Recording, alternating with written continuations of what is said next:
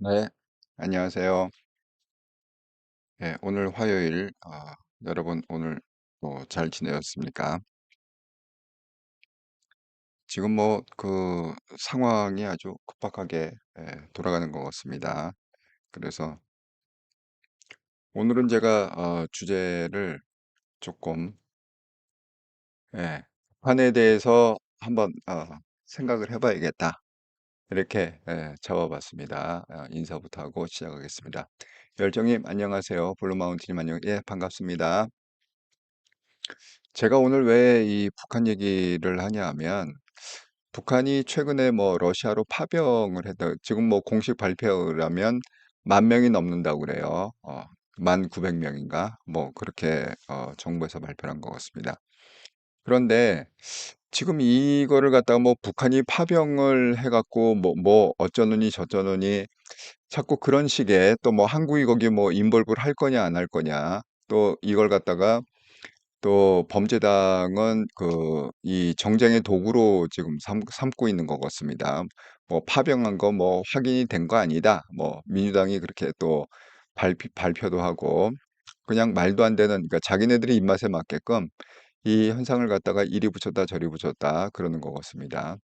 그래서 이게 사실 그냥 파병의 의미가 있는 게 아니라 그거보다 더 깊은 의미가 있다. 그런 거를 갖다가 오늘 제가 좀 말씀을 드리고 싶어서 주제를 이렇게 잡았습니다. 자, 썸네일 한번 읽어보겠습니다.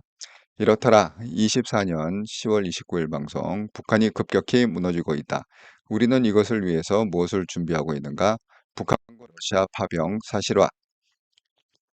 여기 그 썸네일 사진은 뭐냐면 그 채널 A에서 이렇게 그래픽을 그린 건데 북한이 뭐 북한 청진 함흥을 갖다가 지난 8일 13일 1차 병력을 수송했다. 그래서 러시아에 가고 2주가량 현지 훈련을 했다. 그 다음에 지금 러시아 보로네시 그 다음에 쿠르스크가 지금 아주 최대 격전지라고 그럽니다. 그런데 거기에 지금 27일 날 북한군 이동 정황이 포착됐다. 그래서 북한군은 약 1만 명, 1만 900명 정도 파견이 된 거다. 지금 뭐 며칠간에 일어났던 사실을 갖다가 종합을 해보자면 지금 제가 설명드린 이 내용입니다. 그런데 여기에는 더 깊은 의미가 있다.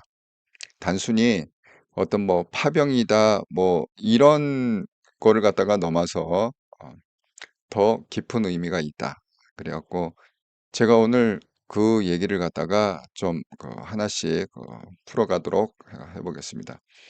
이게 우리가 좀 약간 좀 심각하게 받아들여야 될 그런 내용인데 너무 이걸 갖다가 그냥 뭐 하나의 가십거리? 좀 과장해서 얘기하자면 뭐 북한이 그 러시아 파병한 걸 갖다가 하나의 뭐 가십거리 내지는 그 심지어는 또 뭐 그 김건희 여사의 리스크를 갖다가 그러니까 야당에서는 지금 그렇게 주장하고 있습니다. 김건희 이 리스크를 갖다가 지금 물 타려고 지금 막 김건희 리스크를 막 띄워놨는데 걔네들이 그래갖고 지금 이제 한 번만 더 탁 밀면은 벼랑 끝에 탁 떨어지게 돼 있는데 요 찰나에 이걸 갖다가 피하고자 물타기를 하려고 갑자기 북한의 뭐 파병 문제를 갖다가 끌어들이고 뭐 그런 거 아니냐. 그렇게 말도 안 되는 개소리를 해대는 걸 보고 제가 그냥 있을 수가 없어서 오늘은 이 북한의 문제를 한번 집중적으로 한번 설명을 해드리도록 하겠습니다. 바람국장님, 예, 안녕하세요. 예. 그러니까 정치인들이 참 나쁜 놈들이에요. 그러니까 뭐든지 자기 입맛에 맞게끔 그냥 요리를 해갖고 그렇게 해서 그냥 뱉어버리는데 참 무책임하고 나쁜 놈들이다 이렇게 생각합니다. 자, 하루에 한 번씩 리마인드. 대한민국 정치의 세대 교체를 이룰 한동훈 대표로 결집합시다. 한동훈 대표를 적극 지지하는 개혁세력 우파 유튜브 채널이 있고 한동훈 대표를 죽이려는 수구세력 위장 우파 유튜브 채널이 있다. 여러분 꼭 좀 가려서 보시기 바랍니다. 이게 뭐 논리가 너무 다르기 때문에 여러분이 그 수구세력의 논리에 휘말리지 말라. 이렇게 말씀을 드립니다. 아니 물론 뭐 걔네들 논리가 맞으면 뭐 상관은 없지만 지금 말도 안 되는 논리로 한동훈 대표를 갖다가 공격을 하고 그렇게 디스를 하고 있거든요. 그러니까 그거는 이게 뭐 이치에도 안 맞고 뭐 근거도 없고 그런 얘기입니다. 자, 그럼 이제 본격적으로 한번 제가 설명을 좀 해보도록 하겠습니다. 이렇다라 방송 24년 10월 29일 방송. 북한이 급격히 무너지고 있다. 우리는 이것을 위해서 무엇을 준비하고 있는가? 북한군 러시아 파병 사실화. 여러분, 우리가 뭔가가 이렇게 무너질 때 어떤 징조가 있어요. 예. 그 어떤 그런 징조들을 보이는데 정말 제가 이렇게 분석하기에는 너무 많은 징조들이 지금 보여서 우리가 이걸 갖다가 가볍게 넘기면 안 된다. 그래서 우리가 더 한동훈 대표를 중심으로 해서 또 지금 제대로 된 정치인이 없잖아요.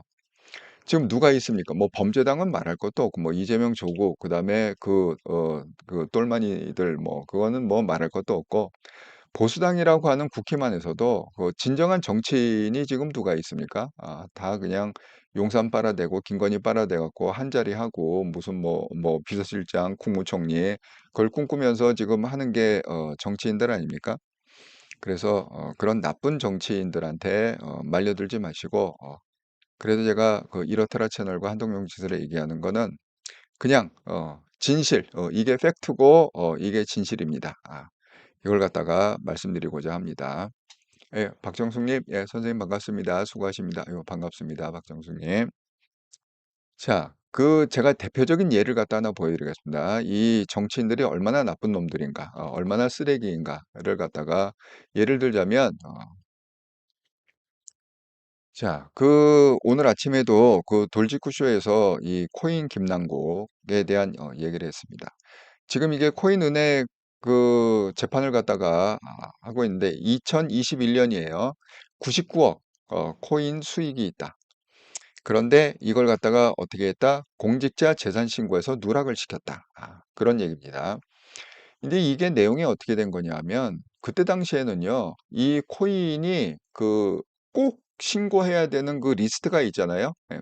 거기에 빠져 있었어요. 예를 들어서 뭐 주식은 있으면은 신고를 꼭 해야 되고 부동산 꼭 신고해, 현금 신고해야 되고 잠깐 이렇게 꼭 신고해야 되는 게 있는데 이상하게 이 코인, 이 가상화폐, 이 코인은 신고를 갖다가 의무적으로 하지 않아도 되게끔 그렇게 빠져났습니다. 물론 지금은 인제 김남국이 또 역할을 했죠. 김남국 이 사건 때문에 지금은 코인도 신고하게 돼 있는 걸로 알고 있습니다. 근데 인제 그 당시에는 그렇게 안 했다. 그런데 이 김남국이 더 악질인 게 뭐냐면 김남국 왜 국회의원들은 자기 무슨 위원회를 이렇게 맡게 돼 있잖아요. 그런데 이 김남국이 코인 관련 어떤 그런 위원회를 맡으면서 거기에 대한 법률안도 상정한 걸로 알고 있습니다. 제 기억에는 그렇게 알고 있어요. 그러니까 뭐예요? 자기가 맡고 있는 영역에서 자기가 그 법을 제정하는 사람 아닙니까? 그러니까 자기가 돈 벌 그런 거 제약이나 이런 걸 갖다가 피해서 그걸 갖다가 방어하는 그런 법안을 갖다가 만들어 갖고 또 거기 안에 있으면 뭐 해야 돼요? 많은 정보들을 얻을 거 아닙니까? 국회의원들이 의외로 정보를 많이 얻을 수 있습니다. 왜냐하면 친구권이라는 게 있어요. 그러니까 국정원 같은 데에서도 여기 뭐 어느 의원실입니다. 그래 갖고 이러이러한 자료 보내주시면 보내줘야 돼. 왜? 그게 이게 법적으로 이게 장치가 돼 있는 거기 때문에 국회의원들이 요구하면 그 요구를 갖다가 안 들어줄 수가 없습니다. 그러니까 뭐 온갖 정보를 갖다가 얻어서 그렇게 해 갖고 하지 않았느냐 이런 의혹도 있습니다. 뭐 수사를 안 했기 때문에 정말 이 사람이 그랬는지 안 그랬는지는 알 수가 없죠. 예. 근데 왜 수사를 안 하는지 모르겠어요. 그런 건 수사해야 되는 거 아닙니까? 그래서 어쨌든 간에 이게 재산 신고에서 누락을 시켰다는 거예요. 그런데 그때는 인제 의무 사항이 아니었던 거죠. 그러니까 여기 지금 김남국이 지금 이렇게 항변을 하고 있습니다. 코인을 사서 고의로 신고 누락했다. 검찰은 이제 이렇게 하고 재산 신고 허위 작성했다. 공무집행 방해 혐의가 있다. 이렇게 갖고 지금 기소를 해 갖고 재판 중인데 김남국은 김남국도 변호사입니다. 변호사예요. 그러니까 그러니까 이게 참 이게 문제가 뭐냐면 그 똑똑한 놈들이 나라를 망쳐요. 예. 여러분 우리가 금융위기 왔을 때 완전히 그 세계 우리나라뿐만이 아니라 뭐 미국발 그 금융위기 때문에 완전 전 세계가 아주 시겁하고서 생고생을 갖다가 수년 동안 하지 않았습니까? 근데 그 금융위기라는 건 뭐 때문에 온 거죠? 결국은 그때 그 금융위기 당시에 그 타임스나 뉴스위크를 보면 그 헤드라인 기사가 전면 표지 전면에 어떻게 했냐면 월가의 그리드다. 월가의 그리드. 왜 그 주식 거래를 갖다 월가에서 상징적으로 하는 그런 거 아닙니까? 그러니까 걔네들이 그 떼돈을 벌려고 정말 말도 안 되는 파생 상품을 만들어 갖고 그 결국은 우리가 금융위기 겪은 게 뭐야? 부실한 그 부동산과 관련된 그러니까 A급이 아니라 이제 뭐 어떻게 더 이상 은행에서 대출도 안 되고 뭐 이런 어떤 거 굉장히 그 위험도가 높은 굉장히 허접한 그런 거를 갖고 파생 상품을 만들었다는 거 아니에요. 그러니까 그 허접한 쪽에서 빵빵빵빵 터지기 시작하니까 파생 상품 전체가 완전히 그냥 폭락을 해 버리고 그 여파로다가 완전 금융시장이 아주 박살이 났다는 거 아닙니까? 그래서 그 우리가 흔히 얘기하는 그 금융위기가 그렇게 온 거 아닙니까? 이 똑같은 거예요. 그러니까 이 똑똑하다는 놈들, 그 자기가 권력을 갖고 있다는 놈들이 이게 나라를 망치는 거예요. 그거를 갖다가 그 똑똑함과 총명함, 자기의 어떤 능력 그런 걸 갖다가 나라를 위해서 나라의 어떤 발전과 어떤 국민의 어떤 복지와 어떤 번영과 행복과 이런 걸 위해서 쓰는 한동훈 같은 사람이 많아졌으면 이런 일이 없었겠죠. 근데 김남국처럼 잘 돌아가는 머리를 갖다가 뒤에서 그냥 어떻게든지 정보 빼내 갖고 뭘 어떻게 해 갖고 투자해 갖고 요걸 또 삭삭 피해 갖고 자기 재산 늘리고 김남국이 뭐라고 그러고 다녔어요? 자기가 라면 값이 없어 갖고 뭐 쫄쫄 굶고 다닌다. 그런 얘기 하나 하지 않았습니까? 김남국이? 예. 그리고 뭐 자기 돈이 없어 갖고 맨날 뭐 라면 먹고 산다 이런 얘기하고 신발도 뭐 다 떨어진 신발 보여주고 막 그러지 않았습니까? 그런데 시기적으로 맞춰보면 그 얘기를 떠들고 다닐 때 김남국이 자기 뭐 라면만 먹고 있는데 돈이 없어 갖고 뭐 신발도 뭐 떨어진 신발 요럴 당시에 실적으로 보면 뒤에는 뭐가 있었느냐? 거의 100억에 가까운 그 현금을 쥐고 있었다. 그 얘기입니다. 그러니까 이런 쓰레기 같은 정치인들이 한국 정치계에 있는 한 한국은 발전할 수가 없습니다. 예? 발전할 수가 없어요. 김홍정님, 예, 안녕하세요. 예, 반갑습니다. 그래서 김남국이 지금 뭐라고 강변을 하고 있느냐? 신고 의무 대상이 아니었다 이거야. 그때 당시에 그 코인은 신고 의무 대상이 아니었고, 코인 예치금을 누락 신고했다는 이유로 기소하는 건 무리다. 왜? 의무가 아닌데 어떻게 그렇게 하느냐? 그런데 이게 뭐가 중요한 겁니까? 이걸 갖다가 자기가 모르고 했느냐? 어떤 범죄 사실이 있을 때 자기가 알고 의도적으로 계획하에 했느냐? 하면 중형이죠. 자기가 전혀 모르고 이게 설마 뭐 그럴 리라. 그걸 전혀 모르는 상태에서 했느냐? 그거는 뭐 고의성이 없기 때문에 뭐 과실 뭐 이렇게 해 갖고 좀 형이 가벼워지지 않습니까? 범죄도. 자, 그러면 이제 김남국은 고의성이 있는지 없는지 한번 봅시다. 예. 여기 보시면 우리가 매년 그 신고를 갖다가 12월 말 마감해 갖고 신고를 하게 돼 있습니다. 그런데 보세요. 2021년 12월에 결국은 뭡니까? 거의 그 90억에 가까운 그 코인을 매수합니다. 이게 매수하면 어떻게 된다고요? 재산에서는 누락시킬 수 있죠. 왜? 의무 사항이 아니니까. 코인은 이때 당시에 2021년 당시에는 코인은 의무적으로 신고 대상에서 빠져 있었습니다. 부동산, 주식 이런 거하고는 달리 빠져 있었어요. 그러니까 12월 31일 마감해 갖고 딱 계산해 갖고 신고하게 돼 있거든요. 그런데 12월이 이제 다 됐어요. 아이고 이런 이제 12월 31일 마감해 갖고 내가 신고해야 되는구나. 그래 갖고 언제 그걸 샀다고요? 코인을 현금을 쥐고 있다가 이거 쥐고 있으면 안 되니까 어떻게 한다고요? 이걸 갖다가 의무상이 아니니까 합법적으로 이걸 숨길 수 있는 게 뭡니까? 코인이죠. 예. 그래서 코인을 갖다가 12월 달에 샀다는 거예요. 무려 얼마요? 90억 어치를 90억 원. 예? 90억 원을 숨기기 위해서 코인을 갖다가 샀다는. 여러분, 이게 의도적이라고 생각하세요? 아니면 그냥 우연히 하다 보니까 그렇게 했다고 생각하세요? 이건 다분히 의도적인 거죠. 예? 그러니까 이런 쓰레기 정치인들이 있는 한 한국 정치는 발전할 수가 없습니다. 그래서 지금 더군다나 지금 북한 상황이 굉장히 지금 그 위중한 그런 상황입니다. 예. 지금 이게 현재 나오는 어떤 그걸 갖다가 종합을 해보면 지금 북한 상황은 어떤 상황이냐? 예, 사는 것이 요지경님. 예. 대표님 항상 응원합니다. 수고가 많아요. 어디한 화이팅. 아이고, 감사합니다.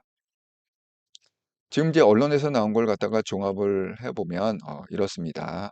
북한이 러시아하고 맨 처음에는 이제 무슨 뭐 동맹인가 뭔가 그런 걸 체결을 해서 결국은 어떻게 되죠? 한쪽 나라가 전쟁이 일어나면 다른 쪽 동맹국이 참전할 수 있다. 뭐 이런 걸 근거로 해갖고 그래서 북한이 보냈습니다. 무려 10,000명이 넘는 북한군을 러시아, 지금 우크라이나 전을 하고 있는데 그 최전선으로 지금 보냈다. 이런 내용이 보도가 되고 있습니다. 계속 지금 이게 아주 뜨거운 이슈이기 때문에 자, 오늘은 또 어떤 보도가 나왔느냐?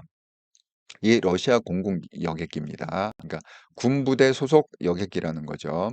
이 여객기가 블라디보스톡을 갖다가 출발해 갖고 함흥에 내렸습니다. 함흥에 내려서 다시 블라디보스톡을 갔어요. 그러면 이게 그 러시아로 오기 전에 왜 블라디보스톡에서 함흥에 갔다가 다시 또 블라디보스톡에 갔고 러시아 쪽으로 본토로 들어갔느냐? 지금 모든 사람들이 추측하기는 그 핵심 군사 관리들을 실어 나른 듯하다. 북한에 10,000명을 갖다가 움직이려면 아니 러시아 사람이 뭐 한국말을 할 줄 압니까? 모르죠. 그러니까 결국은 어떻게 돼요? 그 북한군 10,000명, 1,900명, 정확히 뭐 1,900명이라고 그러는데 1,900명을 갖다가 의사소통하고 통하고 뭐 공격해라, 수비해라, 뭐 어쨌다 작전 지시를 내면 결국은 또 누가 있어야 돼요? 결국은 북한군 장교들이 또 있어야 됩니다. 북한군 어떤 그 작전 참모실이 있어야 되는 거죠. 그래서 오늘 발표된 건 뭐냐? 이게 블라디보스톡에서 함흥에 가고 함흥의 군 장교들, 북한의 장교들을 태우고 다시 블라디보스톡으로 넘어가서 그래서 러시아 공군 여기가 러시아의 사라토포 동쪽으로 온 거 아니냐? 이렇게 지금 추측을 하고 있습니다. 자, 그럴 정도로 지금 굉장히 심각한 상황이다. 안혜자님, 선생님, 안녕하세요. 예. 그런데 지금 여기 보세요. 여기 보면 이 사람들이요. 가족들이 있을 거 아닙니까? 가족들이 자기 아들들이, 자기 뭐 아들, 형제, 이런 사람들이 전쟁에 나간 줄 몰라요. 지금 우크라이나 전쟁 최전선에서 총알바지로 나간지 모른다는 거야. 자, 지금 어떻게 알고 있느냐? 자, 북에서 장교 휴대전화 사용을 금지하고 있습니다. 그러니까 연락을 갖다가 못하게 하는 거죠. 가족들하고 연락을 끊은 거죠. 차출부대 소속 병사들은 입당송 중이다. 가족들에게 훈련 간다고 거짓 설명하는 정황도 포착됐다. 그러니까 우리가 죽으러 가는 게 아니라 총알바지 러시아를 위해서 총알바지로 가는 게 아니라 그냥 합동 훈련하는 거다. 이렇게 지금 거짓말을 가족한테 다 거짓말하고서 그러고 지금 총알바지로 죽으러 갔다는 거죠. 그다 음. 그다음에 요즘 또 어떤 얘기가 나오느냐? 왜 남의 나라를 위해서 희생하냐? 왜 러시아? 러시아가 도대체 뭐 우리 북한하고 무슨 상관이 있길래 왜 남의 나라를 위해서 희생하냐? 그다음에 강제 차출 걱정에 주민과 군인들이 지금 동요하고 있다. 예. 여러분, 세상에 비밀이 어디 있습니까? 아무리 자기네들이 뭐 훈련하러 갔다 걱정하지 마라. 그래도 세상에 요새같이 뭐 인터넷이 발달하고 그렇게 서로 커뮤니케이션 채널이 굉장히 다양화되어 있는 시대에 어떻게 북한군한테 100% 이렇게 싹 속일 수가 있을까요? 없죠. 그래서 여러분, 이런 정황들이 뭘 의미한다고 생각하세요? 자, 지금 보세요. 김정은은 두 당 월급을 갖다가 2,000불로 계산해 갖고 파병을 했습니다. 그러면 자, 한 달에 2,000불이에요. 그러니까 US 달러로 계산하는 거죠. 한 달에 2,000불이면은 자, 만 명을 갖다가 지금 1,900명을 파견 뭐 쉽게 그냥 만 명이라고 합시다. 900명 빼고. 자, 만 명을 갖다가 파견했으면 두당 2,000. 그럼 뭐야? 2천만 불이 되는 거 아닙니까? 한 명당 월급이 2,000 US 달러. 그다음에 만 명. 그러면 2천만 달러가 되는 거잖아요. 한 달에 2천만 달러. 그러면 그 한국 돈으로 그냥 얼추 계산하면 어떻게 되죠? 2천만. 그다음에 억, 10억, 100억. 한 달에 200억이 넘는 거죠. 지금 따지면은 뭐 한 130, 1,300원 잡으면은 어떻게 됩니까? 한 그 260억 정도 되는 거잖아요. 그러니까 달러로 달러로 우리가 이제 달러는 잘 감이 오니까 어쨌든 이거 달러 우리 뭐 한국 돈 들어가 봐야 소용없으니까 북한에 달러로 계산했을 때 한 달에 260억 정도 해당되는 달러 금액이 매달 매달 러시아로부터 북한에 들어가게 된다. 그러면 그 돈은 뭡니까? 북한 주민들한테 가나요? 아니죠. 그 돈은 누구한테 가요? 김정은한테 가는 거죠. 예? 그러니까 김정은은 지금 엄청난 돈벌이를 하는 겁니다. 예. 그리고 예를 들어서 뭐 포탄을 갖다가 공급하고 미사일을 공급하고 뭐 탄화를 공급하고 이런 게 또 뭐니까 그 공짜로 주는 건 아니잖아요. 뭐 그걸 공급하고 예를 들어서 뭐 러시아의 뭐 고급 기술을 갖다가 전수를 뭐 무슨 조건이 있을 거 아닙니까? 그런데 어쨌든 간에 현금으로 따져봤을 때 그 사람을 파병한 거, 만 명을 파병한 거는 현금으로 1인당 2,000달러씩 받고 그렇게 파병을 했다는 거예요. 자, 그러면 돈이 필요하다는 거 아니잖아요. 예? 우리 결론적으로 쉽게 얘기하면 파병의 뭡니까? 뭐 의리도 아니고 뭐 때문에 김정은이 돈이 필요하다. 돈은 왜 필요합니까? 돈이 없으니까. 예? 돈이 없으니까 돈이 필요하죠. 그러면 우리나라도 그런 적이 있습니다. 우리나라는 언제 그랬습니까? 월남전에 파병을 했습니다. 왜? 왜 그러죠? 뭐 의리 뭐 이런 거보다도 돈이 필요했습니다. 그래서 박정희 대통령이 그 당시에 경제를 일으키려고 그러는데 돈이 없어. 나라에 돈이 없어. 아니 한국 돈은 찍어봐야 소용이 없어요. 찍어봐야 뭐 인플레이션만 되지 효과가 없습니다. 달러가 필요한 거야. 그러니까 어떻게 했습니까? 월남전 참전하고 그다음에 달러를 또 어디서 구했습니까? 독일로 광부들이 굉장히 그 힘든 직업입니다. 예, 3D. 그다음에 간호사도 굉장히 힘든 직업입니다. 3D. 여러분 생각해 보세요. 이 그 서양의 거구들이 뭐 등치나 작기나 합니까? 예. 그런데 그 한국의 그것도 남자가 아니라 여자. 한국의 여자들이 그 당시엔 또 평균 키가 또 크지도 않았잖아요. 그 그냥 자그마한 여자들이 이런 그냥 거구들을 갖다가 이리 매치고 저리 매 여러분 간호사 파견을 했다는 게 뭐 우아하게 지금 현재 뭐 우리가 종업병 뭐 삼성이나 이런 세브란스나 이런 병원 가면 간호사들이 하는 일이 있잖아요. "아이고 어디가 아프세요? 뭐 주사 맞으세요?" 이런 거 하러 간 게 아니에요.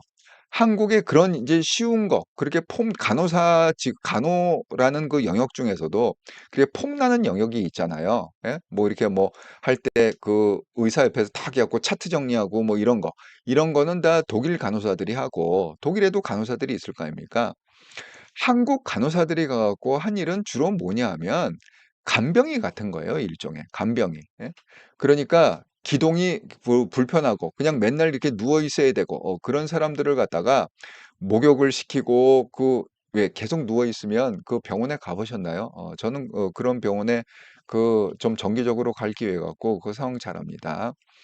사람이요. 이렇게 뭐 코마 상태에 들어가고 그러면 뭐 의식이 없고 그럼 어떻게 됩니까? 코로 호수를 갖다 해 갖고 코로다가 이렇게 영양을 공급합니다. 왜 이렇게 그 씹는 게 안 되기 때문에 코로 영양을 공급합니다. 그럼에도 불구하고 사람들이 5 년 10년 살 수가 있습니다. 그러니까 쉽게 얘기하면 그러면 그 음식이 뭐냐? 그 음식에는 모든 뭐 비타민과 종합 그런 게 다 있어 갖고 생명은 뭐 얼마든지 연장을 정말 맘만 먹으면 요즘 뭐 워낙 과학이 발달해 갖고 맘만 먹으면 뭐 할 수 있습니다. 근데 이제 문제가 뭐냐? 계속 누워 있어야 되잖아요, 사람이. 그러면 등에 이렇게 두창 같은 게 생깁니다. 종기 같은 게 생겨요. 그러면 그게 그 면역력이 약한 상태에서 그런 게 생기면 안 되기 때문에 잘 관리를 해 줘야 계속 이렇게 사람 몸을 뒤집어 줘야 되고 목욕도 해야 되고 청결을 유지해야 되는데 이 사람들이 움직이지 못하잖아요. 그러니까 그 체구가 큰 그 서양인들을 갖다가 그냥 씻기고 뉘고 그걸 갖다가 뒤집고 이래야 되니까 정말 이거는 3D 중에 3D 간호직업을 한 겁니다. 예. 그렇게 해 갖고 달러를 갖다가 벌었다. 그다음에 월남전 파병해 갖고 우리도 월남전 때 또 죽은 사람도 많이 있죠. 우리 파병해 갖고. 그런데 우리가 너무 없으니까 정말 우리 하나도 없었습니다. 예. 6.25 때에 저희 그 아버지 어머니의 그 말씀을 들어보면 정말 모든 게 다 그냥 폭탄에 맞아 갖고 완전히 그냥 잿더미 그냥 잿더미 위에서 그래서 우리가 "한강의 기적을 갖다가 세운 세대다." 이렇게 얘기하잖아요. 그게 괜히 하는 얘기가 아니라 정말 그냥 잿더미 위에서 다시 시작한 나라가 한국입니다. 그러니까 우리는 달러가 아주 절실하게 필요했던 거예요. 그러니까 사실은 우리 부모 세대, 우리 윗세대의 그러니까 저보다도 윗세대죠. 우리 아버지 어머니 세대에 결국은 월남 파병도 했고 그다음에 뭐야 독일의 광부 간호사로 가고 달러를 갖다가 보낸 그런 세대입니다. 자, 그래 갖고 우리도 돈이 없어 갖고 결국 월남전 참전해 갖고 그 공짜로 참전한 게 아닙니다. 우리도 달러를 받았어요. 참전한 대가로 달러를 받아 갖고 그 달러 갖고 경제 부흥을 일으켜서 그래도 엄한 데 안 쓰고 만약에 정권이 박정희 정권이 만약에 부패했으면 그냥 희생만 시키고 그냥 혼자 잘 먹고 잘 살게 그렇게 끝났겠죠. 예, 나라야 뭐 망가지든 말든. 그런데 지금의 김정은이 러시아 파병한 거는 완전히 다릅니다. 박정희 대통령이 월남전 파병한 그 성격하고 김정은이 러시아 파병한 거는 성격이 완전히 달라요. 그게 왜 다르냐? 박정희 대통령은 대의를 위해서 파병을 한 겁니다. 그래서 거기 있는 달러를 갖다가 허투루 쓰지 않았어요.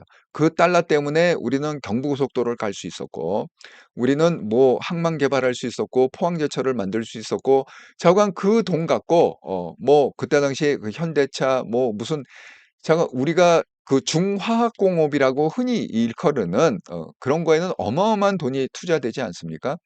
그래서 그 중화학공업을 일으키는데 결국은 독일에서 광부들하고 간호사들이 보내온 달러, 그다음에 월남전 파병해 갖고 한 거 저는요 실질적으로 그 월남전 하고 그 독일 광부하고 인연이 있습니다. 예. 그게 제가 그 알고 있는 그 친척 중에 쪼끔 그 어머니 쪽으로 좀 이렇게 먼 친척 분이 실질적으로 그 당시에 독일에 간호사로 파견이 돼 갖고 그렇게 해 갖고 거기서 일하다가 거기서 자리 잡고 독일 분하고 결혼해 갖고 사셨던 분이 있으세요. 그런데 그분이 여기에 뭐 인척이 별로 없으니까 한국에 들어올 때마다 저희 집에서 먹고 자고를 했어요. 이 친척이 별로 없잖아. 그러니까 저희 집 먹고 자고 해 갖고 그분을 통해서 독일 얘기를 많이 들었어요, 어렸을 때. 예. 제가 그때 뭐 정말 뭐 초등학교 뭐 이럴 때죠. 아주 어렸을 때죠. 그분이 이렇게 뭐 1 년에 한 번, 2 년에 한 번 나올 때마다 저희 집에 와 갖고 그럼 나름대로 뭐 선물도 좀 이렇게 사 오고 뭐 이러면서 거기 사는 얘기도 해 주고 그런 얘기를 갖다가 어릴 때 아주 재미있게 들었던 기억이 납니다. 그리고 월남전은요. 실질적으로 제가 월남 파병하는 그런 거를 갖다가 실적으로 볼 기회가 있었습니다. 예. 그때 제가 초등학교 때였는데 저희 학교가 그 초등학교가 그 사립학교 중에서 그래도 좀 괜찮은 학교였어요. 예. 그런데 그 연병장에 그 운동장이 있잖아요. 그 운동장에 그 어느 날 그냥 군인들이 완전무장을 탁 하고 그렇게 쫙 서 갖고 그래 갖고 저게 뭔가 그랬더니 제가 나중에 물어보니까 저 아저씨들이 그때는 이제 아저씨들이죠. 저 아저씨들이 월남전에 참전하려고 그렇게 하는 그런 거라는 거예요. 그래서 제가 직접 그 월남전 참전할 때 그 출정식이라고 그러나 일종의 예. 그런 거를 갖다가 그걸 본 적이 있습니다. 음. 그러니까 정말 찡한 거죠. 예. 그런데 그 돈 갖고 결국은 그러니까 우리 인생의 선배들의 노력과 그 피와 땀과 그런 걸로 인해서 우리는 지금 현재 대한민국의 번영을 누리고 있다. 이렇게 생각을 합니다. 그런데 지금 저거는 똑같아요. 김정은이 파병한 거는 공통점은 뭐냐? 돈이 없다는 게 달러가 필요하다. 박정희 대통령이 월남전 파병할 때도 돈이 없어서 달러가 필요하다. 그다음에 이번에 김정은이 러시아 파병할 때도 돈이 없어서 달러가 필요해. 이거는 다 똑같은데 그 목적은 완전히 다릅니다. 자, 김정은이 왜 달러가 필요합니까?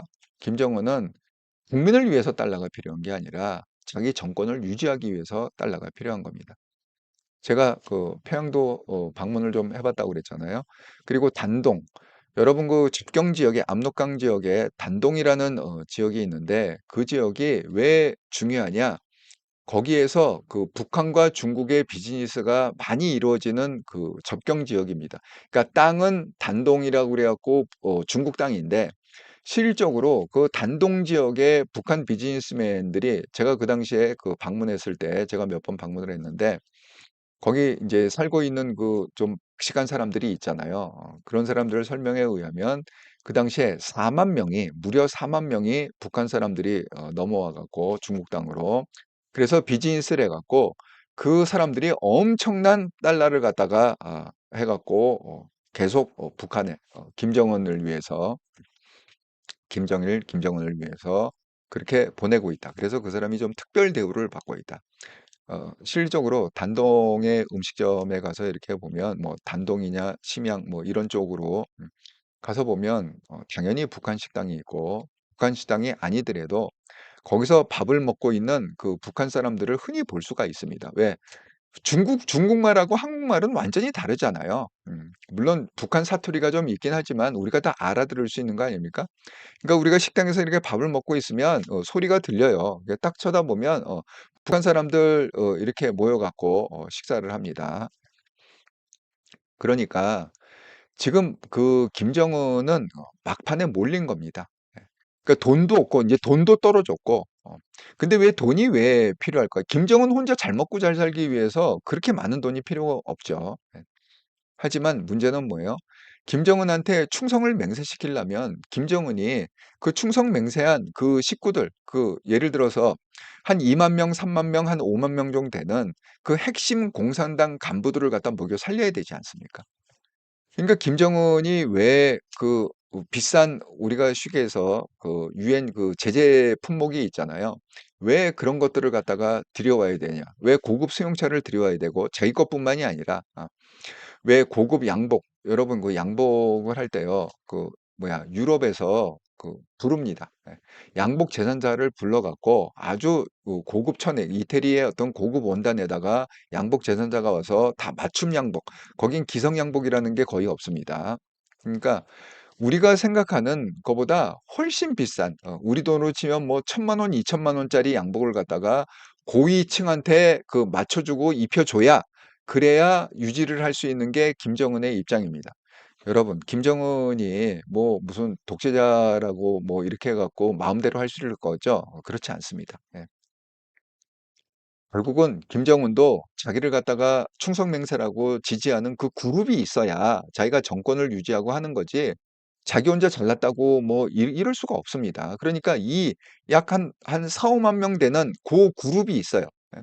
물론 뭐 북한 인구로 치면은 뭐 한 4천만 정도 우리보단 조금 작다고 그러잖아요. 뭐 4천만의 인구지만 4천만 대부분이 그렇게 사는 건 아니잖아요. 예. 그러니까 자기 어쨌든 친근의 한 5만 명 정도를 갖다가 끊임없이 돈을 줘야 되고 대우를 해 줘야 되고 그래야 이게 정권이 유지가 된다는 거죠. 자, 여러분 이 북한의 파병 소식과 같이 들려온 얘기가 뭐냐면 이런 얘기가 동시에 들려오고 있습니다. 자, 이걸 갖다가 정말 저는 참 한국은 참 아이러니하다는 게 뭐냐면 이런 소식을 갖다가 범죄당으로부터 들어야 된다는 게 참 아이러니한 상황이라고 생각합니다. 자, 더불어민주당의 정보위 간사라고 해서 박선원 이라고 이제 국회의원이겠죠. 정보위 간사니까. 간사라는 건 뭐죠? 그걸 갖다가 통과라는 대빵이다. 이런 뜻입니다. 예. 물론 국힘에도 간사가 있고 그다음에 범죄당에도 간사가 있습니다. 예. 그게 되게 그 예를 들어서 뭐 정보위다 그러면 정보위 일정을 갖다가 그 위원장하고 정보위원장하고 그다음에 여당 간사, 야당 간사 이렇게 셋이 모여 갖고 일정을 갖다가 합의하고 그러고 있습니다. 그런데 그 박선원 그 더불어민주당 정보위 간사가 발표한 내용을 보면 이렇게 돼 있습니다. 올해 김정은의 공개 활동은 작년에 비해 현재까지 110회, 약 60% 이상 증가한 가운데 오히려 증가를 했다는 거야. 줄은 게 아니라 해외 요인의 김정은에 대한 암살 등을 의식해서 통신 제밍 차량 운영, 통신 제밍 차량 운영인 건 뭐죠? 통신을 갖다가 두절시키는 그런 기능이 있는, 그러니까 그 차 주변에서는 핸드폰이 안 터지는 거죠. 그런 겁니다. 그다음에 드론 탐지 장비 도입 추진 등 경우 수위를 격상하고 있다고 했습니다. 김정은의 딸 김주애와 관련해서는 김여정의 안내를 받거나 최선희의 보좌를 받는 등 활동이 그리고 그 지위가 일부 격상된 것으로 보인다고 했습니다. 또 러시아 대와 직접 담소를 나누는 장면, 전담 경호원들을 대동하는 등 확고한 입지가 감지된다고 하였습니다. 자, 이거는 우리가 그 모르고 있는 사실이지 않습니까? 이거 얘기하지 않으면은 우리가 알 수가 없죠. 예, 그런데 지금 이 정도 정보는 세 발의 피라고 보셔야 됩니다. 더 1급 정보, 더 아주 특급 정보들이 정보위에서 오고 가고 있겠죠. 그런데 총선 기간 동안에 한동훈 대표가 왜 우리를 갖다가 좀 밀어주세요. 우리가 어쨌든 과반을 넘어야 됩니다. 이렇게 압승할 수 있도록 밀어달라고 왜 이렇게 간절히 호소를 했습니까? 그때 한 얘기가 뭐죠? 경기동부연합, 경기동부연합은 다 뭐죠? 그 종북 좌파 애들이 있는 데입니다. 물론 그 뭐야? 뭐 국힘만 해도 있죠. 예? 국힘의 당원으로서도 있을 수 있습니다. 예, 그런 종부정파들이. 하지만 대부분 어디가 있습니까? 민주당과 범죄당과 조국당과 뭐 이런 데가 있습니다. 그러니까 이번 지난 그 총선 때 비례대표로 뽑힌 사람들은요 대부분 종북정파라고 보셔도 됩니다. 그게 숫자가 그 한 열 몇 명 된다는 거 아닙니까? 그런데 그런 사람들이 다 국회의원 배지를 달았잖아요. 그러니까 이런 식으로 정보 요청권이라고 그런 게 있습니다. 그러니까 국정원이고 뭐 국방부 간에 다 내놔라 내놔라 그러면 뭐 이거 이상 되는 뭐 아주 뭐 2급 정보, 1급 정보, 아주 특급 정보까지 다 그냥 쏠쏠 빼낼 수가 있습니다. 그러면 그 정보가 어디로 갈까요? 예? 그 정보가 그냥 그 한국에 머물겠습니까? 아니죠. 예? 그 정보가 얼마든지 북한으로 넘어갈 수 있지 않습니까? 왜? 그 사람들의 생각은 뭐예요? 남한을 갖다가 빨리 붕괴시켜 갖고 떠다가 그 북한에 이렇게 바치는 게 자기네들의 인생의 목표인 사람들 아닙니까? 예. 자, 그래서 이런 얘기를 갖다가 이 범죄당의 그 정보관사라는 사람들한테 듣는다는 게 참 비극이다. 이렇게 생각이 듭니다. 어쨌든 간에 어쨌든 경화 수위를 갖다 높이고 있다는 건 뭡니까? 위험을 갖다가 직시하고 있다. 그런 겁니다. 더 위협을 갖다가 느끼고 있다. 그래서 지금 경호를 갖다가 어떤 식으로 하느냐? 완전 무장한 이런 그 사람들이 경호, 우리가 경호 그러면 한국 대통령은 경호를 이렇게 하나요? 안 그렇죠. 뭐 이렇게 뭐 기관총을 들고 이렇게 중무장을 하고 경호를 합니까? 아니죠. 헬멧을 착용하고 경호합니까? 아니죠. 한국 어떻게 경호합니까? 그냥 신사복 입고 그다음에 끽해야 무기라는 게 권총 정도 한 자루 그냥 안주머니에 넣고 그렇게 갖고 뭐 끽해야 그 뭐야 그 저격 방어용으로 해서 뭐 방탄용 그 백 같은 게 있잖아요. 뭐 그런 거나 기껏 들고 이렇게 그 경호를 하지. 아니 대통령 공화할 때 이렇게 뭐 군인처럼 완전 무장을 하고 기관총을 들고 헬멧을 쓰고 이렇게 경호합니까? 아니죠. 하지만 이미 김정은은 이렇게 경호를 하고 있다는 거예요. 예? 이미 경호를 하고 있다는 이 사진이 밝혀졌습니다. 그리고 방아쇠에 그 걸고 있는 손 이게 무슨 의미냐면 언제든지 그 격발을 할 수 있게끔 언제든지 쏠 수 있게끔 그 검지 손가락을 갖다가 이렇게 방아쇠에 걸고 다닌다. 이게 뭡니까? 그냥 쪼끔이라도 허튼 짓 하면 그냥 쏴서 죽여버리겠다는 거예요. 예. 주변에서 경호를 하다가 조금이라도 허튼 짓 하면 쏴서 죽여버릴 준비가 돼 있다. 이런 뜻 아닙니까? 자, 이 정도로 지금 그 김정은은 위협을 받고 있다. 이렇게 방증이다. 이렇게 여러분 생각해 보세요. 자, 김정은이 돈이 없습니다. 그래서 파병을 했습니다. 달러가 필요해요. 그 달러 갖고 자기도 잘 먹고 잘 살아야 되지만 한 5만 명 정도 되는 자기 그 추종자들과 떨거지들한테도 좋은 차 사줘야 되고 좋은 양복 입혀줘야 되고 좋은 음식을 제공해 줘야 되고 뭐 좋은 와인을 갖다가 제공해야 돼요. 그러니까 돈이 그 유지비가 많이 필요한 거예요. 자기 정권 유지비가 많이 필요한 거예요. 그러니까 북한의 젊은 애들 지금 다 어린애들이라고 그러거든요. 20대 아주 어린애들 키도 작고 정말 영양실조 상태에 있는 그런 애들이라고 지금 그 보도가 되고 있습니다. 정말 그 안쓰러운 게 정말 그 이 북한은요 우리가 상상할 수 없는 그런 지금 상황에 놓여 있다. 그렇게 본인이 지금 뭐 총알 본인은 알겠죠. 와 보니까 내가 총알바지였더라. 본인은 알겠죠. 그런데 그 가족들은 지금 뭐 전혀 모르고 있는 것 같습니다. 자, 지금 보도에 의하면 어떻게 되어 있느냐. 러시아 파병 북한군은 키가 156에서 165다. 이거 그 한국의 요새 평균 여자 키, 그 남한으로 따지면 대한민국의 평균 여자 키도 뭐 이 정도는 되지 않을까요? 예? 이게 뭐 남자들 키가 아닙니다. 몸무게는 48에서 58kg. 이건 완전 여자 몸무게 아닙니까? 몸무게가 48에서 50kg. 그 다음에 얼굴을 보니까 10대에서 20대 초반에 신병들이고 왜소한 체구에 앳된 얼굴들이고 영양실조 정황이 있다. 예, 그렇습니다. 그러니까 외부로 보일 때는 선전용 영사 속의 어떤 특수부대원은 키가 180cm 이상, 예, 정말 그렇게 웅장하고 장엄하고 멋있는 거구들이 그렇게 아주 화려한 무용을 갖다가 보이면서 이렇게 선전을 하지만 실적으로 지금 러시아에 파견된 사람들은 뭐냐? 키도 작고 몸무게. 여러분 이게 그 거짓말이 아닙니다. 정말 제가 북한 가고 깜짝 놀란 게 뭐냐면 단동에서 이렇게 보면요. 그냥 이게 경계가 보여요. 쉽게 해서 그냥 철조망 하나 있습니다. 예. 여기가 중국 땅, 여기가 북한 땅이에요. 그냥 철조망. 어떤 데는 이제 그 이렇게 개울이 좀 있는 지역이 있고 개울이 또 없는 지역도 있습니다. 예. 없는 지역에 철조망으로 이렇게 건너보면 거기 사람들이요. 그걸 갖다가 알고 이렇게 뭐 개구멍 같은 게 이렇게 좀 뚫려 있거든요. 아니면 그냥 위로 던져주기도 합니다. 위로. 예. 먹을 거를 갖다가 뭐 이렇게 뭐 하면 위로 휙 던져주면 정말 뭐 무슨 하이에나 모이듯이 이렇게 쫙 모여갖고 왜 먹을 게 없으니까. 예. 북한에 먹을 게 없으니까 뭐 개구멍으로 넣어주기도 하고 그렇습니다. 저도 뭐 이렇게 던져주고 그랬습니다. 단종 가면 먹을 게 그렇게 없어요. 예. 북한에. 그런데 제가 정말 깜짝 놀란 게 뭐냐면 제가 평양도 방문을 해 봤다고 그랬잖아요.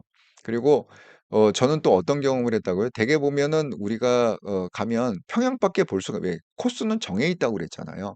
예를 들어서 뭐 무슨 뭐 우상화하는 뭐 그런 거, 무슨 동상 앞에, 뭐 무슨 뭐 신전, 뭐 김일성 뭐 궁전이라고 하는 뭐 그런데 무슨 뭐 만수대, 뭐 무슨 그다음에 그 뭐 옥류관, 점심에 냉면, 예. 이렇게 코스가 다 정해 있습니다. 우리가 마음대로 움직이지 못해요. 그냥 호텔에 딱 가면 처음부터 끝까지 우리가 그냥 그 도착해서 떠날 때까지 다 붙어 다녀요. 어? 다 이렇게 그 뭐야 그 감시하는 사람들이 아주 철저하게 붙어 다닙니다.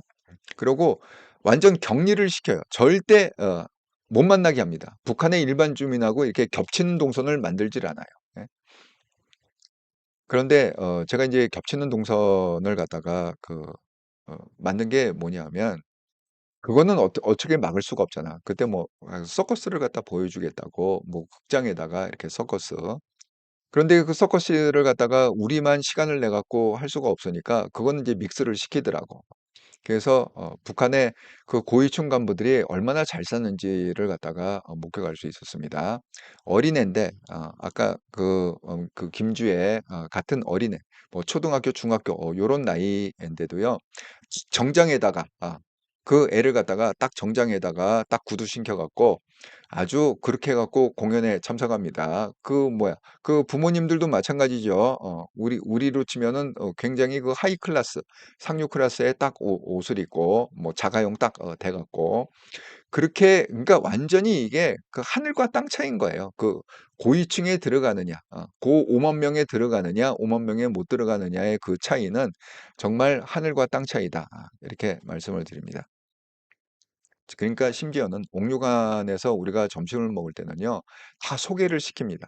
그 안에 북한 사람들이 들어오지 종업원 빼고는 일반 사람들은 그러니까 우리가 미안할 정도로 왜 미안하냐면 이게 보면은 창밖으로 이렇게 보면 거기 기다리고 있는 게 다 보여요.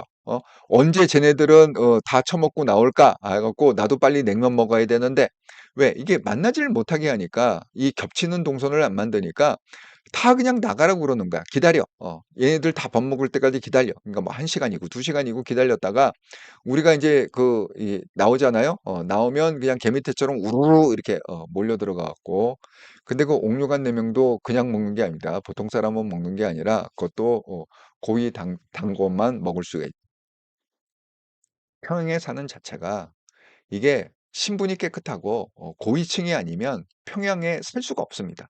평양이라는 도시에 진입하는 것 자체가 일단은 로얄 패밀리다. 이렇게.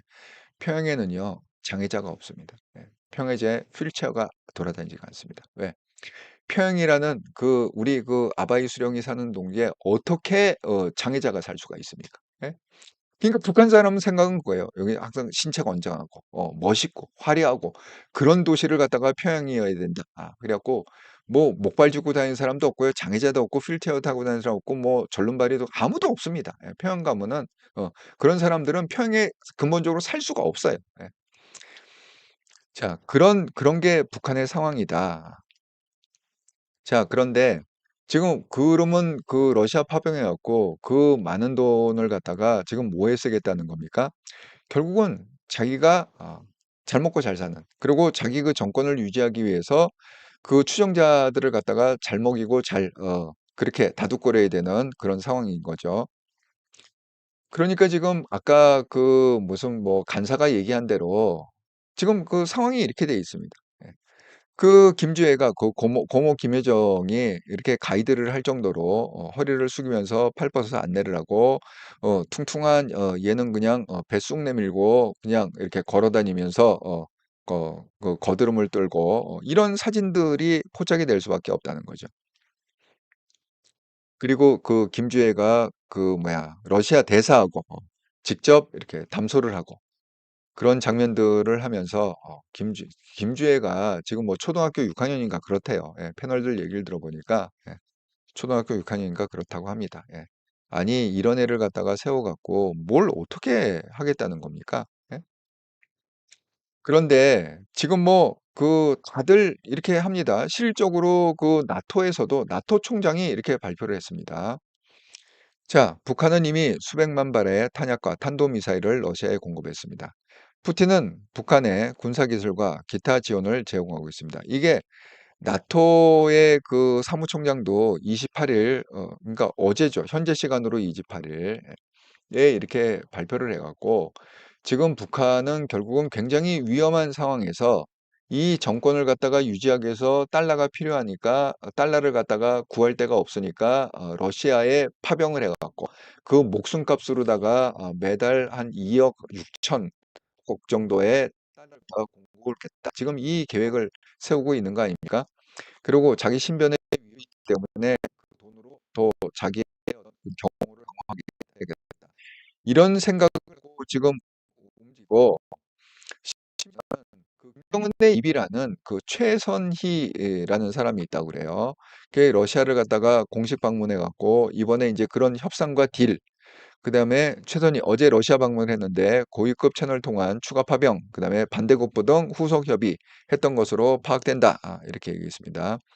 이 김정은하고 최선희가 이렇게 다정하게 벤치에 앉아서 얘기하는 사진도 공개가 되고 또 러시아 대사하고 이렇게 얘기하는 최선희의 모습도 공개가 됐습니다. 자, 상황이 이렇게 막중해도 불구하고 지금 민주당, 이 범죄당 애들은 지금 뭐라고 지금 우기고 있느냐? 이거는 뭐요? 김건희 리스크를 갖다가 물타기하기 위해서 이거는 쉽게 북풍이다. 이렇게 얘기하는 겁니다. 사람의 그 시야를 갖다가 관심을 돌리려고 지금 김건희 여사 리스크를 갖다가 해 갖고 인제 쪼끔만 인제 톡 밀면은 절벽으로 떨어질 상황인데 그러니까 그걸 갖다가 피해 보자고 지금 이걸 대대적으로 보도하고 있는다. 이런 그 말도 안 되는 쓰레기 같은 얘기를 하고 있는 게 범죄당이다. 이런 범죄당을 갖다가 192 명이나 뽑아준 정말 대한민국 국민들이 한스럽습니다. 자, 그 더민주 전국혁신위원회 여기가 핵심이라고 그랬잖아요. 그 이재명의 그 핵심 조직이 그 더민주 혁신회라고 그러지 않습니까? 성명을 발표했습니다. 자, 핵심 내용은 뭐냐? 우크라이나 정보 당국이 제시한 자료만을 토대로 파병 기정사실화 할 수 있나? 할 수 없다. 이런 겁니다. 아니, 그거 갖고 어떻게 북한이 러시아에 파병했다는 걸 갖다가 확신할 수 있느냐? 이렇게 하고 있습니다. 그다음에 러시아 파병? 아니, 러시아가 얻는 이익도 불분명한데 왜 러시아가 파병을 해달라고 했으며 그 러시아는 도대체 그 파병을 통해서 무슨 이익을 얻겠냐? 이렇게 지금 우기고 있는 게 그 범죄당 애들이다.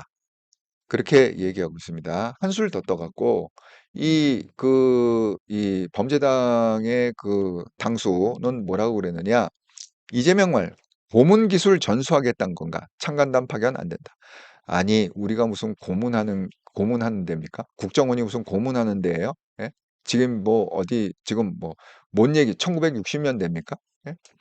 자, 더민주가 파병 아닌 연례적 합동 군사훈련 아닌가? 파병이 아니라는 거야. 이게 뭐예요? 북한하고 똑같잖아요. 북한이 가족들한테 뭐라고 그랬어요? 전쟁하러 가는 게 아니라 그냥 러시아군하고 그냥 합동 군사훈련하는 것. 어떻게 그렇게 깨알같이 그냥 토시 하나 안 틀리고 받아쓰는 게 그 범죄당인지 정말 놀랍습니다. 정말 이런 걸 발견하면 발견할수록 아니, 이런 애들을 갖다가 뭘 믿고 도대체 192 명을 갖다가 배지를 달게 해 줬는지 정말 저는 이해할 수가 없습니다. 그다음에 더민주 혁신의 지금 자료는 북파병 근거가 부족하다. 이재명은 뭐냐? 그러면 우리가 고문 기술을 갖다 전수하겠냐? 창간단 파견 안 된다. 이렇게 우기고 있는 게 정말 어이가 없지 않습니까? 아니, 지금 여러분 생각해 보세요. 제가 그 북한에 가면요. 건물이 성원 건물이 하나도 없습니다. 그러니까 쉽게 얘기하면 제가 이 통일 관련된 사람하고 한참 활동할 때 북한도 방문하고 그다음에 통일 관련된 사람 제가 그랬잖아요. 그 탈북자들도 제가 항상 컨설팅하고 그럴 때 그 훈련을 이렇게 정기적으로 한 적이 있다고. 그런 그래서 그때 당시에 그 제가 얻은 결론이 뭐냐. 그때 제가 많은 정보를 얻었는데 탈북자 본인들한테도 직접 얘기를 들었고 했는데 그 아파트가 있어요. 평양 가면은 고층 아파트가 있습니다. 뭐 그 고층도 뭐 10층 이런 게 아니에요. 뭐 30층 40층 이런 고층 아파트가 있어요. 근데 문제가 뭐예요? 물이 안 나와. 전기가 안 들어. 여러분 북한의 밤에 보면요. 깜깜합니다. 무슨 야경 이런 게 없습니다. 심지어는 터널이 있잖아요. 터널 안에도 전력이 없어 갖고 불을 못 켜요. 그러니까 낮에 터널 들어가면 완전 오밤주처럼 깜깜합니다. 차가 이렇게 터널을 통과해야 되잖아요. 완전 깜깜합니다. 그렇기 때문에 실질적으로 북한 전문가들의 얘기 들어보면 만약에 남북 통일이 된다 그러면 북한의 모든 건물을 다 부시고 다시 지어야 된다는 거야. 뭐 아파트가 됐건 관공서가 됐건 모든 건물. 근데 안 부시는 건 뭐냐? 거기 우상화하기 위해서 만든 동상들이 있습니다. 뭐 김일성 동상도 있고 무슨 동상도 있고 무슨 뭐 혁명 뭐 해 갖고 뭐 이렇게 멋있게 만들은 그것만 성한 거예요. 그것만 제대로 만들고 나머지 그냥 우리 주거 시설이니 관공서들이 모든 시설은요. 건물이 언제 무너질지 모르기 때문에 부시고 다시 써야 된다는 거예요. 그러니까 통일 비용이라는 게 어마어마하다는 거죠. 그래서 여러분 지금 북한의 상황이 이렇고 북한 주민들은 김정은과 그 김정은의 떨거지들의 그 소수 집단을 위해서 결국 총알바지 가 갖고 그 뭐야 인생이 어떤 인생입니까? 2,000 달러 인생인 거야. 한 달에 2,000 달러 인생. 예. 그렇게 하고 그런 게 뭐예요? 갈 때까지 갔다는 거죠. 쉽게 얘기하면 북한이 이제는 버틸 수가 없다는 거예요. 더 이상 갈 때까지 갔기 때문에 무너지는 거는 시간 문제다. 이렇게 생각합니다. 아니 예를 들어서 김정은이 죽은데 김주애가 그 통치를 하겠습니까? 초등학교 6학년짜리가 무슨 놈의 나라를 통치하겠습니까? 예? 그러니까 이제 북한은 이제 수명이 거의 다 된 거예요. 그러니까 그냥 이렇게 이 시간 문제지 이게 그 뭐 오늘 무너져도 이상하지 않고요. 북한이 오늘 무너진다고 그래도 이상해. 내일 무너진다도 이상하지 않은 그런 상황에 온 겁니다. 지금 막바지 상황에 온 거예요. 그런데 아직도 정신 못 차리고 있는 이 쓰레기 같은 그 한국의 그런 정치인들, 특별히 종북 세력들, 그냥 북한이 뭐 대대나 된 것처럼 그냥 그 대한민국을 떠다가 대한민국을 무너뜨려 갖고 떠다가 통째로다가 북한한테 만져 갖고 충성 맹세하겠다. 이런 쓰레기들이 아직도 배지를 달고 아직도 우리나라에서 정치인이라고 큰 소리치고 그렇게 권력을 쥐고 부귀영화를 누리고 있는 거 보면 정말 그 가슴을 치고 통탄할 일이다. 그렇게 생각이 듭니다. 그래서 우리는 실질적으로 준비가 안 돼 있다. 준비가 안 돼 있다. 제가 오늘 타이틀을 그렇게 했잖아요. 북한은 북핵이 무너지고 있는데 우리는 도대체 무슨 준비를 하고 있느냐. 예? 우리가 준비가 안 돼 있는 게 없어요. 우리 준비되어 있는 건 뭐예요? 우리가 준비라는 게 뭡니까? 우리가 정상적으로 통일을 해갖고 통일에 성공을 하려면 뭐부터 해야 됩니까? 이 대한민국에서 이 뭐야 쓰레기들을 먼저 딱 치워내야 되는 거예요. 이 종북 세력들, 간첩들 이런 청소를 먼저 해야 그래서 대한민국이 강력한 어떤 내부적으로 힘이 생겨야 그래야 북한이 무너졌을 때도 그 큰 무리 없이 그거를 갖다가 통일을 갖다 이룰 수 있는 거지. 지금처럼 온갖 범죄장들이 태어났고 온갖 정보 다 퍼주고 뭐 하고 정보가 어디로 빠져나가는지도 모르고 뭐하도 모르고 완전히 뭐 그 뭐야 대통령은 탄핵시키겠다고 난리를 치고 아니 이런 상황에서 이런 거의 무정부 같은 상황에서 어떻게 북한이 그걸 무너진들 우리가 그걸 어떻게 접수를 하겠어요. 지금 아마 모르긴 몰라도 북한이 무너지면요. 그 북한 땅은요. 그 중국 사람들은요. 그렇게 생각하고 있어요. 북한을 갖다가 중국 땅이라고 생각합니다. 예. 우리나라 사람만 뭐 북한은 그 우리 한반도는 우리나라 영토다 이렇게 생각하고 있지. 실질적으로 중국 사람은요. 북한은 자기네 땅이라고 생각해요. 왜? 중국에서 거의 그 이 북한에서 돌아가는 어떤 비즈니스나 어떤 그런 거 있잖아요. 돈 관련해 갖고 그런 거를 그 거의 한 60% 정도는 다 중국 자본이 들어와서 다 이미 장악을 하고 있습니다. 그러니까 중국 사람들은 북한은 자기네 땅이라고 생각해요. 자기네들이 투자한 자기네 땅.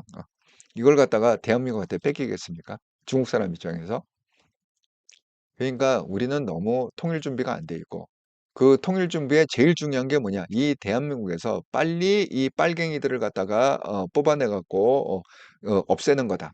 이 빨갱이들을 척결하고 종북작파를 척결하고 그래갖고 제대로 힘을 갖고 우리가 대한민국을 갖다가 운영을 할 때 그때에 비로소 북한이 무너진다 하더라도 우리가 무리 없이 그걸 감당할 수 있는 거지. 지금처럼 무슨 뭐 그 중국은 뭐 큰 봉우리고 뭐 우리는 뭐 작은 봉우리고 이렇게 갖고는 안 됩니다. 예.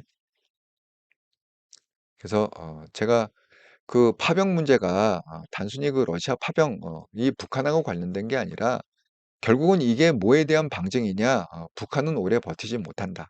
돈도 떨어지고 심지어는 사람 목숨 팔아 갖고 이제는 돈을 갖다가 벌 수밖에 없는 아주 극단적인 상황에 코너에 몰렸다. 이거를 갖다가 잊지 마시라. 이렇게 말씀을 드립니다. 그래서 그래서 8시. 그래서 제가 잠시 후 5분 후에 예고편, 한통령 방송의 예고편. 한동훈표 새 보수 브랜드는 강강약약이다. 보수는 공동체에 책임이 있다. 정책에선 강강약약 정신이 유효하다. 한동훈 당대표 100일 메시지의 핵심. 내일이 수요일이죠. 30일입니다. 내일이 딱 한동훈 대표가 국힘의 당대표가 된 100일째 되는 날입니다. 그래서 내일 한동훈 대표가 아마 그 특별 그런 담화, 기자회견 이런 걸 할 예정으로 돼 있는데 거기 나오는 키워드가 뭐라고 예측을 하느냐? 강강약약이다. 강한 사람한테는 강하게, 약한 사람한테는 더 약하게. 예.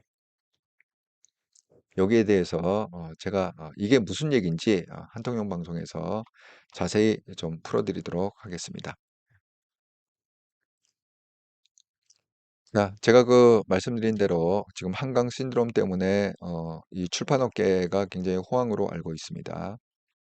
하지만 그 한강이 왜 그 5.18이나 골수자파 작가로 될 수밖에 없었는지 한강의 그 인생의 트렌드를 갖다가 제가 학문적으로 분석한 내용입니다. 10월 12일 특별 방송, 토요일 날 특별 방송을 한 것인데 그 특별히 제가 한강 작가의 대표적인 작품인 채식주의자를 내용을 분석하면서 왜 이런 내용이 들어가 있는지, 이건 어떤 의미로 이렇게 글을 썼는지 거기에 대한 분석을 갖다가 1시간 15분가량 분석을 하면서 방송한 내용입니다. 그래서 여러분들이 어떤 인생 성공의 원리도 찾으시고 그다음에 또 멤버십도 한통령의 멤버십도 가입해 주셔서 한통령 채널의 후원자도 되시고 그러면 감사하겠다는 말씀드립니다. 자, 지난 일주일 동안 이렇더라 방송을 후원해 주셔서 정말 감사드립니다. 구독 후원, 기업은행 계좌로 후원해 주신 분, 브레인 보톡스님, 슈퍼챗 슈퍼스티커 슈퍼생스로 후원해 주신 분, 마그놀리아님, 마리골드님, 또 멤버십으로 후원해 주신 미드미 등급의 동훈강님, 예, 감사드립니다. 예, 여러분의 후원이 저한테 큰 힘이 됩니다. 특별히 그 구독 후원, 기업은행 계좌로 브레인 보톡스님이 그 큰 금액을 갖다가 후원해 주 10만 원 후원해 주셨고 또 슈퍼챗 슈퍼스로 또 마그놀리아 님이 5만 원, 마리골드 님이 5만 원 이렇게 또 큰 금액을 후원해 주셔서 특별히 일주일 동안 제가 감사의 마음을 전합니다. 자, 구독자 여러분과 함께 만들어가는 채널 이렇더라 채널. 예. 여러분이 또 채창에 쓰신 글을 함께 나누고 마무리하도록 하겠습니다. 네, 박정수님 차기 대통령 오직 한동훈님 뿐입니다. 예, 맞습니다. 저도 그렇게 생각합니다. 예, 예, 그, 예, 서정훈이 예, 맞습니다. 예. 김정은, 윤석열 너무 먹어 배가 나온 거 보세요. 시체 닦았대요. 유황사네요. 고단백이죠. 예, 맞습니다. 예, 그 간호사들이 그냥 말이 간호사지 그냥 일반 우리가 생각하는 지금 삼성병원이나 이런 뭐 세브란스 병원에서 하는 그런 뭐 주사 놓고 이런 걸 한 게 아닙니다. 예. 그 지금 여기 말씀하신 대로 시대 닦고 그다음에 중환자 움직이지 못하는 중환자들 케어하느라고 목욕시키고 그다음에 두창 안 나게 뭐 뒤집어 잠깐 이 거구들을 갖다가 이 조그만 여자들이 그걸 갖다가 움직이려고 그러니까 완전 골병 들지 않겠어요? 예. 그렇게 우리가 경제 부흥을 일으켰다. 예. 그런 사람들의 피와 땀이 결국은 오늘날의 우리를 잊게 했다. 잊지 마시 않았으면 좋겠다. 그러니까 우리 대한민국을 반드시 지켜야 됩니다. 아니 대한민국을 갖다가 범죄자들한테 넘겨주겠습니까? 예. 범죄당한테 넘겨줄 수는 없잖아요. 그러니까 우리가 한동훈 대표를 중심으로 똘똘 뭉쳐 갖고 반드시 범죄당을 갖다가 이 대한민국에서 깨끗하게 척결을 시켜야 된다. 그게 정말 그 이렇다와 한동훈 채널의 미션이다. 이렇게 말씀드립니다. 예, 블루마운틴님 2시간마다 체의 변경 해줘야 욕창 방지예요. 정말 3D 직업입니다. 예, 맞습니다. 예, 3D 직업. 예.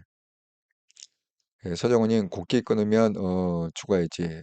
경관식은 연명치료죠. 절대 하면 안 됩니다. 예. 저도 그 상황을 갖다 봤기 때문에 제가 그 아이들한테는 그 인위적으로 내 생명을 연장시키지 마라. 만에 하나 그런 상황이 오면 그렇게 예, 행복님 저는 부산서 여고 1학년 때 부둣가에서 태극기 들고 나갔었어요. 예. 그 월남전 그거 할 때 정말 저희 세대만 해도 이런 거를 갖다가 직접 눈으로 보고 느끼고 확인할 수 있었던 그런 세대인 것 같습니다. 서정원님 충성맹세 건의도 하잖아요. 제가 어제 방송했죠. 예. 예. 용사는 뭐하노. 예. 그 얘기는 이제 한통령 방송에서 제가 좀 이어서 설명을 드리도록 하겠습니다. 예. 자, 그 오늘도 이렇게 그 1시간 넘는 방송에 함께 참여해 주셔서 정말 감사드립니다. 멀리 가지 마시고 5분 후에 한통령 채널에서 다시 뵙도록 하겠습니다. 유튜브에서 골뱅이하고 한글로 한통령 이렇게 검색하셔 갖고 구독, 좋아요, 알람 설정해 주시고 기다려 주시면 감사하겠습니다. 자, 여러분 이렇게 또 긴 방송 함께 참여해 주셔서 감사드리고요. 5분 후에 또 반갑게 뵙겠습니다. 한통용 방송 꼭 들어와 주시기 바랍니다. 감사합니다.